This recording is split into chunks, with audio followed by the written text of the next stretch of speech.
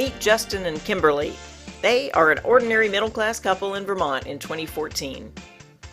Justin works as an assistant manager at a retail store. He earns almost $41,000 a year, the average income for a Vermonter. Sadly, that average wage is only about 13% higher than the average wage a generation ago in 1978, adjusted for inflation. But the good news is, his wife Kimberly also works.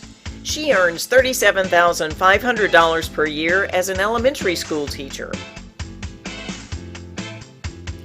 That brings their combined annual salary to over $78,000. This is good news. Justin and Kimberly make 60% more than the median middle-class couple did in 1978. They must be rolling in dough, buying boats, going on trips, loading their house with expensive appliances and furniture. No? Oh yes, I forgot to mention, Kimberly and Justin have 2 children, ages 8 and 4.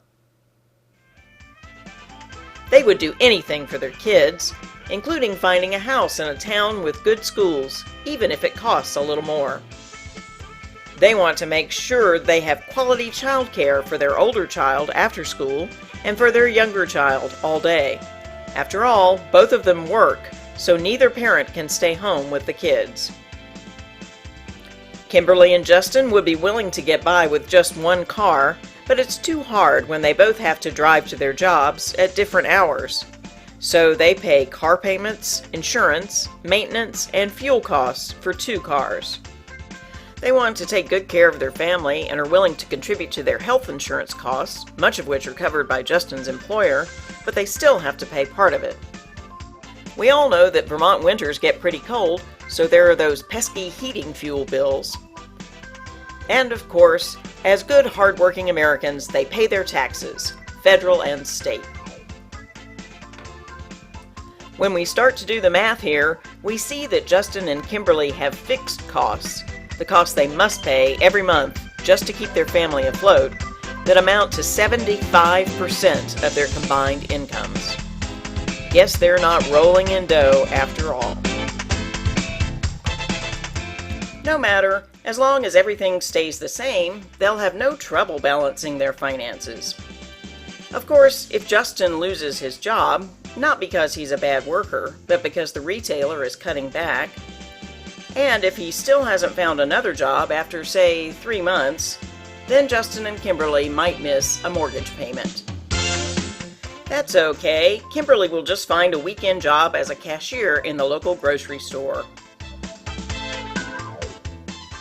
Everything's fine again, unless the 8-year-old is diagnosed with diabetes, and the copays for the insulin take a big chunk out of the monthly budget. In that case, no problem. Justin and Kimberly start putting their food and gasoline costs on their credit cards. They can no longer pay off the whole amount monthly, but that interest and those late fees aren't that bad. So, has Justin found a new job yet? Yes, but it's for a smaller store and at a lower salary. What's that you say? The childcare costs have gone up? Justin and Kimberly are resourceful. Let's have a garage sale! Justin's car needs a new alternator?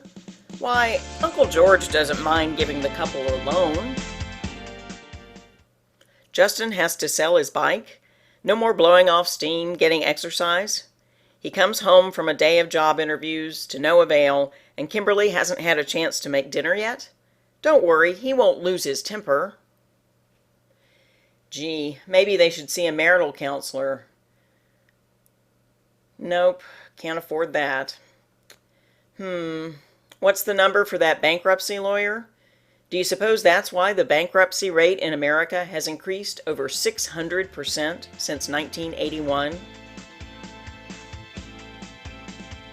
Kimberly, Justin, what can I say? It's not easy being middle class.